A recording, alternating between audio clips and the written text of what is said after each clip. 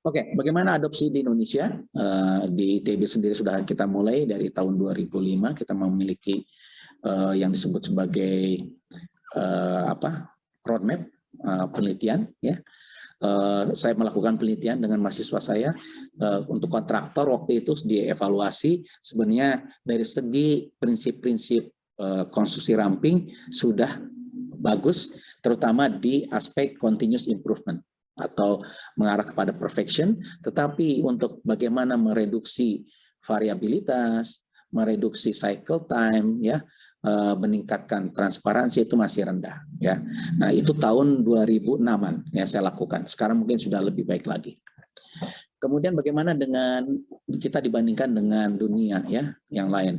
Ini adalah menggambarkan yang di bawah adalah tulisan kita yang di-upload ya, yang ditulis keluar per 10 juta orang. Yang sebelah kiri dalam hal ini adalah untuk akses kepada website ya, akses kepada website yang ada hubungannya dengan Lean Construction.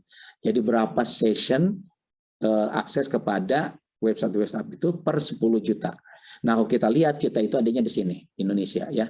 Jadi kita masih rendah dari segi membacanya dan juga membuat publikasinya. Jadi baca dan tulisnya ya. Jadi kita masih rendah. Kalau kita lihat negara-negara lain sudah banyak sekali. Ini artinya apa?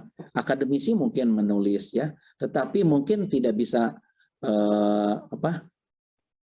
publikasi banyak juga ya. Yang bacanya juga nggak banyak. Nah, ini karena mungkin salah satunya interaksi dengan industrinya nggak ada. Industrinya belum melakukan. Kalau akademisi melakukan penelitian tanpa ada industri yang melakukannya kan nggak ada gunanya. Ya. Ini paper-papernya kita lihat juga dari tahun ke tahun makin lama makin banyak meningkat ya. Banyak yang tertarik dengan penelitian-penelitian tentang Lean. Dulu awal-awal masih sedikit. Ini adalah beberapa perguruan tinggi yang melakukan penelitiannya. Saya nggak update sampai 2021 ini. Kemudian ini topik-topiknya. Oke, nah, penelitinya siapa saja? Nah, di sini ada saya sendiri ada di sini ya. Terus kemudian ada yang ini Pak Agung Wibowo ya. Pak Agung Wibowo ini sedang aktif sekarang dari Undip ya. Ini terkait dengan Lean banyak ya. Banyak juga yang lain ya. Pak Jati juga di sini ada gitu ya. Jadi ini adalah peneliti-peneliti yang ada di Indonesia. Ada 66 artikel di Scopus. Ini topik-topik penelitiannya. Kalau kita lihat jumlah papernya di Scopus ini, kelihatan topiknya masih berserakan ya dan tidak nyambung ya. Belum tidak nyambung, banyaknya topiknya tentang bagaimana implementasi, bagaimana aplikasinya gitu ya, prinsip-prinsip. Jadi belum seperti yang tadi, cloud-nya sangat banyak ya di Indonesia. Bagaimana dengan kontraktor yang sudah melaksanakannya? Alhamdulillah BUMN sudah bergabung dalam sebuah kesamaan sinergi gitu ya, HK, Wika, Adikarya ya, PP, kemudian juga Waskita dan juga Abipraya ya. Saya pikir, tapi tetap kita ingin butuh pionir yang banyak juga. Pertanyaannya apa diterapkan di kontraktor kecil bisa nggak? Bisa ya. Saya punya bukunya, baru saya beli ya. Bagaimana kontraktor kecil menerapkan Lean Construction ya. Jadi nggak harus ini, wah ini harusnya karena BUMN ini pasti susah ini ya, nggak bisa diterapkan di kontraktor kecil, nggak bisa ya. Oke.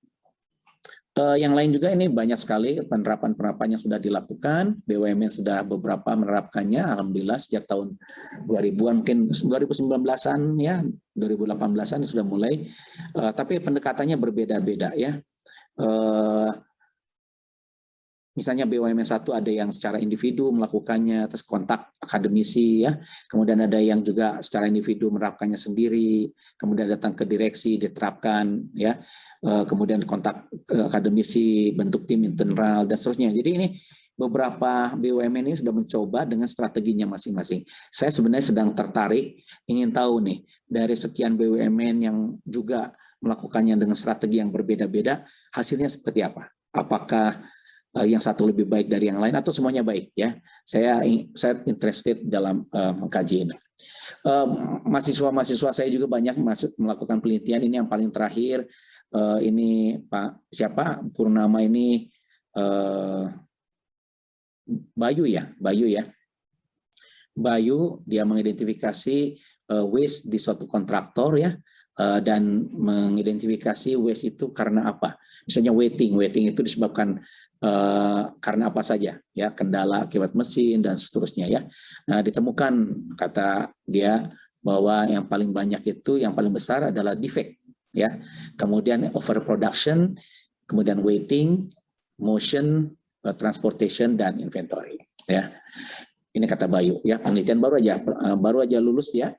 Kemudian bagaimana implementasi LPS di beberapa BUMN ya, sudah diterapkan di 2 BUMN, dan dia ini Ayu ya, Ayu Indriani, dia melakukan penelitian ini membandingkan LPS yang dilakukan di BUMN tertentu dengan di BUMN yang lain seperti apa. Masih ada beberapa isu ya terkait dengan penerapannya.